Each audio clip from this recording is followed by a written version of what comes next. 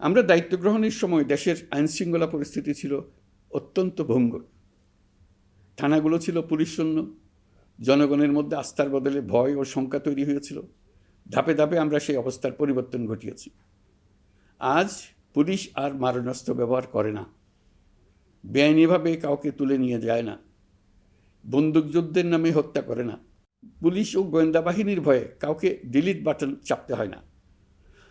জনবান্ধব ও জবাবদিহিমূলক বাহিনী হিসেবে গড়ে তোলার লক্ষ্যে পুলিশ কমিশন অধ্যাদেশ 2025 প্রণয়ন করা হয়েছে। বিচার বিভাগকে স্বাধীন ও শক্তিশালী করতে পৃথক সচিবালয় গঠন, বিচারক নিয়োগের স্বচ্ছ কাঠামো এবং দেওয়ানি ও ফৌজদারি আইনে যুগান্তকারী সংস্কার করা হয়েছে। সেপারেশন অব জুডিশিয়ারির জন্য মাজদার হোসেন মামলার রায় আমরা বাস্তবায়ন করে গেলাম।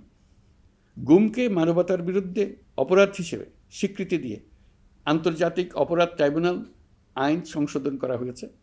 বিচার প্রক্রিয়াকে স্বচ্ছ করতে রায় সরাসরি সম্প্রচারের সুযোগ, বিদেশি আইনজীবী নিয়োগ এবং অন্তর্বর্তী আপিলের বিধান যুক্ত করা হয়েছে।